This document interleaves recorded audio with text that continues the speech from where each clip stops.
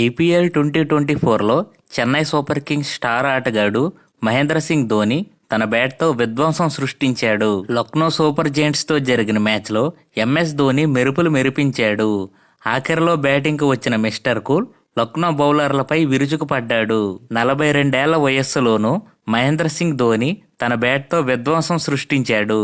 కేవలం 9 బంతులు మాత్రమే ఎదుర్కొన్న ధోని 3 ఫోర్లు 2 సిక్సర్లతో 28 పరుగులు చేశాడు. ఐపీఎల్ చరిత్రలో మహేంద్ర సింగ్ ధోని ఒక అరుదైన రికార్డు సాధించాడు. ఐపీఎల్లో 20వ ఓవర్లో 313 బంతుల్లో 772 పరుగులు చేశాడు. ఇందులో 53 ఫోర్లు 65 సిక్సర్లు ఉన్నాయి. ఈ రికార్డుకు దరిదాపుల్లో మరే బ్యాట్స్మెన్ కూడా లేడు. మహేంద్ర సింగ్ ధోని బ్యాటింగ్ గురించి మీ అభిప్రాయాన్ని కామెంట్ సెక్షన్లో మెన్షన్ చేయండి. అలాగే ఇటువంటి మరిన్ని ఇన్ఫర్మేటివ్ స్పోర్ట్స్ అప్డేట్స్ కోసం మా ఛానల్ ఇప్పుడే సబ్స్క్రైబ్ చేసి సపోర్ట్ చేయండి. Thank you for watching. Have a nice day.